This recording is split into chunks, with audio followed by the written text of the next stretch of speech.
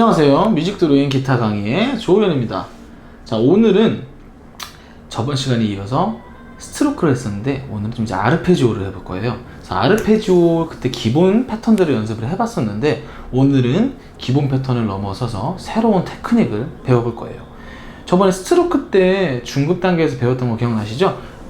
팝뮤트, 커팅, 더블 스트로크 그것처럼 아르페지오에서 좀 특별한 테크닉들이 쓰이게 되는데 오늘 그 중에서 가장 많이 쓰이는 가장 멋있는 테크닉을 한번 해보도록 할 거예요. 바로 퍼커시브란 테크닉입니다.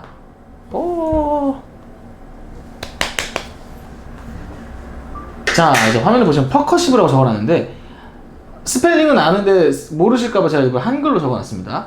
퍼커시브가 뭐냐? 퍼커션이라는 얘기 많이 들어보셨죠?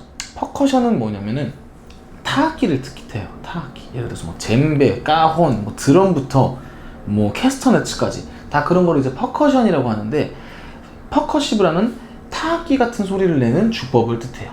쉽게 하면 뭐 기타를 어디든 때려도 퍼커시브가 될 수 있어요. 제가 반지를 빼고 뭐 이렇게 이거 되고 그렇죠? 이 모든 게 퍼커시브 주법이 될 수 있는데 가장 기본적으로 많이 쓰는 퍼커시브 주법이 있어요.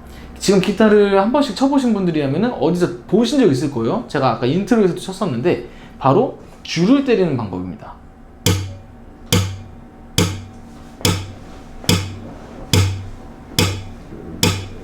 그쵸? 자, 이 퍼커시브 주법을 가장 많이 쓰게 되는데 이거에 대해서 많이 잘못 배우시는 경우들이 있어요. 그래서 제가 가장 기본되는 자세와 그 퍼커시브의 방법을 또 설명해 드리도록 하겠습니다.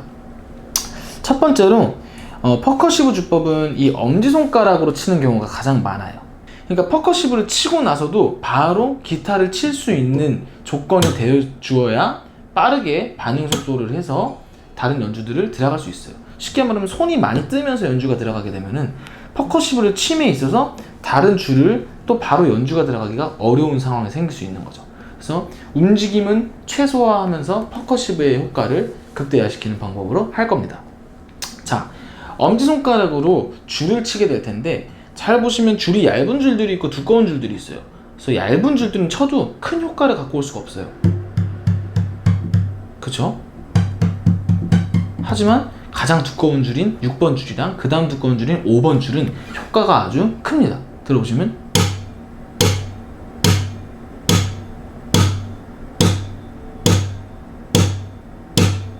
그쵸? 그래서 보통 퍼커시브는 6번 줄이나 5번 줄을 타격하는 거를 기준으로 두고 있어요. 그쵸? 뭐 가끔 다른 퍼커시브 조법도 있지만 기본적으로는 이렇게 손목까지 돌지 않고